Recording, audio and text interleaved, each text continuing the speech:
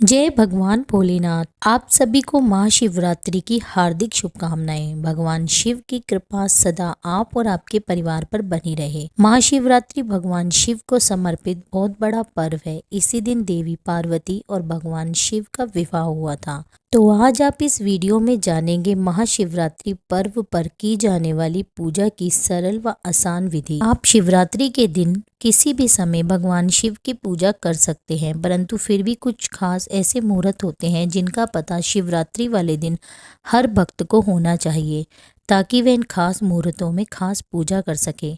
इन खास मुहूर्तों में की गई पूजा और शिवलिंग पर किया गया अभिषेक, भगवान शिव के मंत्रों का जाप करने से भक्तों की सभी मनोकामनाएं पूर्ण होती हैं। सबसे पहले प्रदोष काल में होने वाली पूजा के बारे में जानेंगे। प्रदोष काल का समय सूर्यास्त से 45 मिनट पहले और 45 मिनट बाद का समय होता है।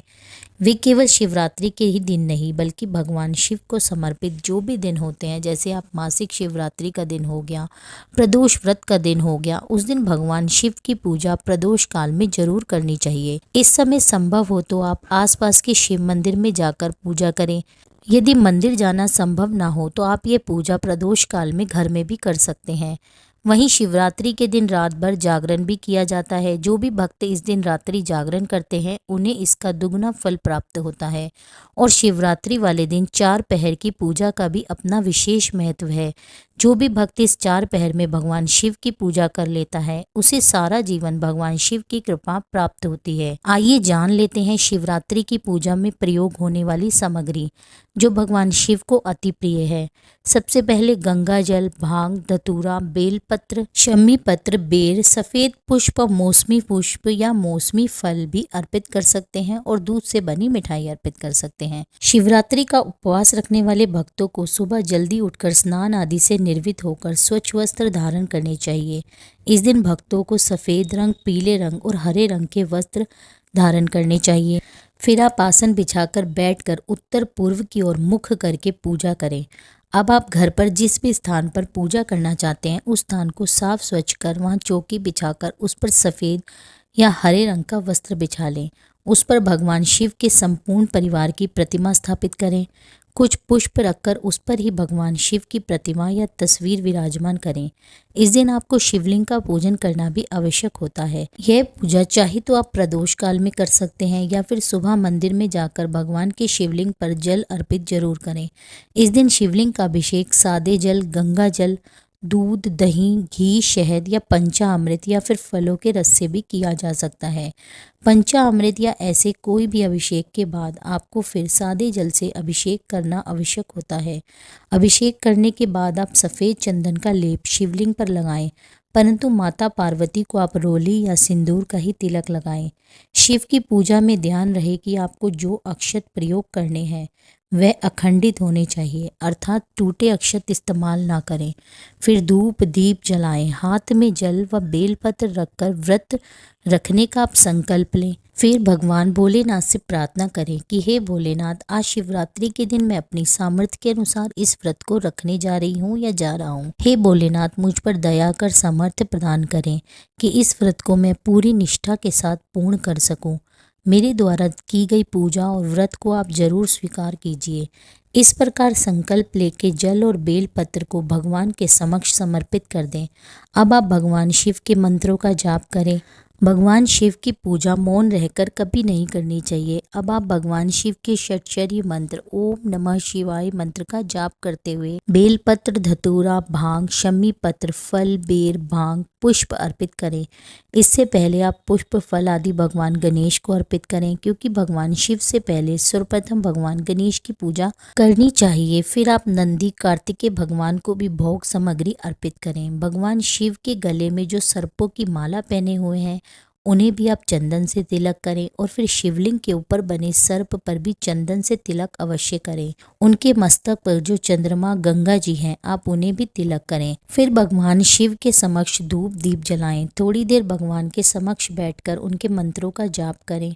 फिर आप महाशिवरात्रि व्रत कथा अवश्य पढ़ें या सुनें। कथा कहते व सुनते हुए हाथ में थोड़े पुष्प रख लें और कथा की समाप्ति के बाद वही पुष्प भगवान शिव को अर्पित कर दें। कथा के बाद आप भगवान शिव चालीसा का पाठ करें, महामृत्युंजय मंत्र का जाप करें, जिसे करने से आप और आपके परिवार के सदस्यों को रोग दोष भय से मुक्ति मिलती है। पूजा के समय आपको कुछ दक्षिणा भी अवश्य रखनी चाहिए। अंत में आप भगवान गणेश व शिव की आरती करके अपने व्रत को प्रारंभ करें और इस समय आप भगवान शिव से क्षमा याचना करें। आप भगवान शिव के समक्ष ये बोले, हे भोलेनाथ, माता पार्वती, आज आपकी पूजा करने में जाने अनजाने में जो भी मुझसे भूल हो आप उसे क्षमा कीजिए। मुझे अपना समझकर मेरी पूजा को स्वीकार कीजिए। फिर आप पूरा दिन उपवास रखें और फलाहार कर सकते हैं। यदि आपसे फलाहार करके व्रत रखना संभव ना हो तो आप एक समय में नमक का सेवन भी कर सकते हैं। इस समय में आप सेंधा नमक प्रयोग करके कुट्टू व सिंगाड़े के आटे का प्रयोग कर सकते हैं। इस दिन आप बेल वृक्ष के नीचे दीपदान अवश्य करें। बेल वृक्ष के नीचे साफ सफाई करके आज दीप प्रज्वलित करें, क्योंकि बेल वृक्ष में साक्षात शिव का वास माना जाता है। इस दिन पीपल के वृक्ष के नीचे भी मीठा जल अर्पित करना चाहिए और पीपल वृक्ष की 7 बार परिक्रमा करनी चाहिए। इस दिन चंद्र देवता की भी पूजा करनी चाहिए। ऐसा माना जाता है इस दिन चंद्र देवता की पूजा करने से आपकी कुंडली का चंद्र दोष भी समाप्त होता है। इस दिन आपको किसी को भी अपशब्द नहीं कहने चाहिए। घर में शुद्ध व सात्विक भोजन ही बनना चाहिए। इस दिन किसी और के घर का अन्न आप ग्रहण ना करें। इस दिन गुस्सा क्रोध नहीं करना चाहिए। आइए शाम के समय प्रदोष काल की पूजा कैसे करनी है जान लेते हैं। यदि सुबह के समय किसी कारणवश आप पूजा नहीं कर पाए हैं तो कोशिश करके प्रदोष काल के समय किसी भी मंदिर में जाकर भगवान शिव को 1 लोटा गंगा जल या सादा जल अर्पित करें। तो भोलेनाथ भोले भंडारी हैं, भक्त की श्रद्धा को देखते हैं और वह पूजा स्वीकार कर लेते हैं। शिवलिंग पर जल चढ़ाते समय आपको कुछ बातों का ध्यान अवश्य रखना चाहिए। सबसे पहले भगवान के शिवलिंग पर जल हमेशा बैठकर चढ़ाना चाहिए। आपको डायरेक्ट शिवलिंग पर जल कभी नहीं चढ़ाना चाहिए। पहले सबसे गणेश जी को जल अर्पित करना चाहिए, फिर माता पार्वती को जल चढ़ाएं, फिर आप अशोक सुंदरी, जो शिवलिंग के बीचों बीच का स्थान जिसे भगवान शिव की पुत्री कहा जाता है, अशोक सुंदरी माना जाता है, वहां जल अर्पित करें। फिर भगवान कार्तिकेय को जल अर्पित करें। अंत में शिवलिंग में धीरे धीरे मंत्र को बोलते हुए जल अर्पित करें। अन्य द्रव्य पदार्थ भी आपको शिवलिंग पर इसी प्रकार अर्पित करने हैं और ध्यान रहे जल की धारा बीच से टूटनी नहीं चाहिए। कई भक्त तांबे के लोटे से शिवलिंग पर जल अर्पित करते हैं, परंतु ध्यान रहे तांबे के लोटे में आपको दूध, दही या फलों के रस या पंचामृत को अर्पित नहीं करना चाहिए, उसमें वह विष के समान हो जाता है। ध्यान रहे आपको शिवलिंग की परिक्रमा भी आधी ही करनी होती है। आधी परिक्रमा करने के बाद आपको अपना स्थान ग्रहण कर लेना चाहिए।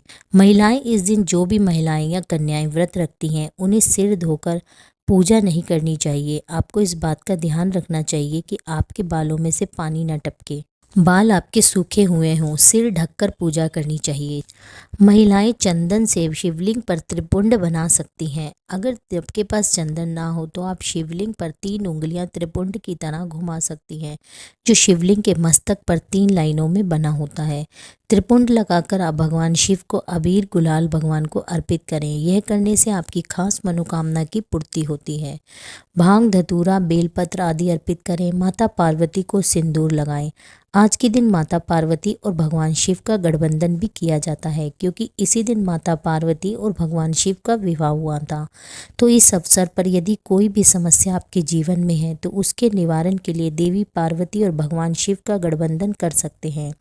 गठबंधन का अर्थ, जिस प्रकार फेरों के समय चुनरी में गांठ लगाई जाती है, तो आप भी 3 गांठ लगाकर अपनी मनोकामना की पूर्ति के लिए कामना कर सकते हैं। चुनरी को भगवान शिव से स्पर्श कराकर माता पार्वती की चुनरी में गांठ लगा सकते हैं, या मोली और कलावा में भी 3 गांठ लगाकर अपनी मनोकामना बोल सकते हैं।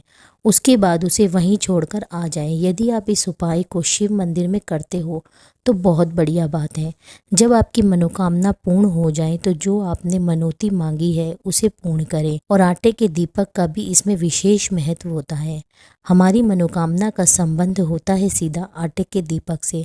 अगर आपकी भी ऐसी कोई मनोकामना है जो बहुत पूजा पाठ करने के बाद भी पूरी नहीं हो रही, तो महाशिवरात्रि वाले दिन प्रदोष काल के समय आटे का एक चौमुखा दीपक बनाकर शिवलिंग के पास जरूर जलाएं।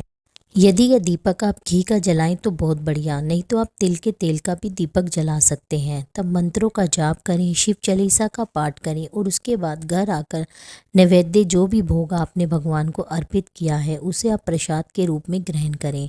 शिवलिंग पर चढ़ाए गए जल में से थोड़ा सा जल बचाकर आप घर लाकर अपने घर के मुख्य द्वार पर या पूरे घर में छिड़काव करें।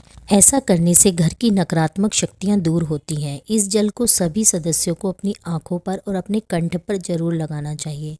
इसी प्रकार से जैसे आपने मंदिर में पूजा करी है उसके बाद आपको घर पे भी पूजा करनी होती है। फिर आप फलाहार कर सकते हैं। रात्रि के समय 4 पहर की पूजा करने का विधान है।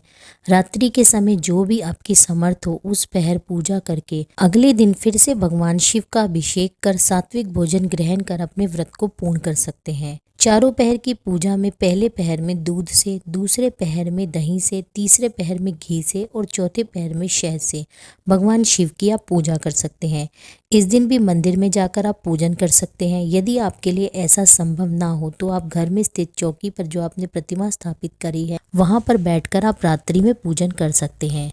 सभी के लिए चारों पहर की पूजा करना संभव नहीं होता तो आप उनमें से 2 पहर की भी पूजा कर सकते हैं, जिसमें प्रथम और अंतिम पहर की आप पूजा कर सकते हैं। और जो भी सामग्री आपको बताई गई है उससे ही आपको अभिषेक करके फिर सादे जल से अभिषेक अवश्य कराना चाहिए और मंत्रों का जाप करना चाहिए। इस प्रकार आप चारों पहर में पूजा करके भगवान शिव की असीम कृपा प्राप्त कर सकते हैं। ये था आज का वीडियो आपको कैसा लगा? अगर वीडियो अच्छा लगा हो, जानकारी आपको पसंद आई हो तो मेरे चैनल को सब्सक्राइब अवश्य करें। वीडियो को ज़्यादा से ज़्यादा शेयर करें और लाइक करें और कमेंट में लिख दीजिए जय बाबा भोलेनाथ। मिलते हैं आपसे अगली वीडियो में।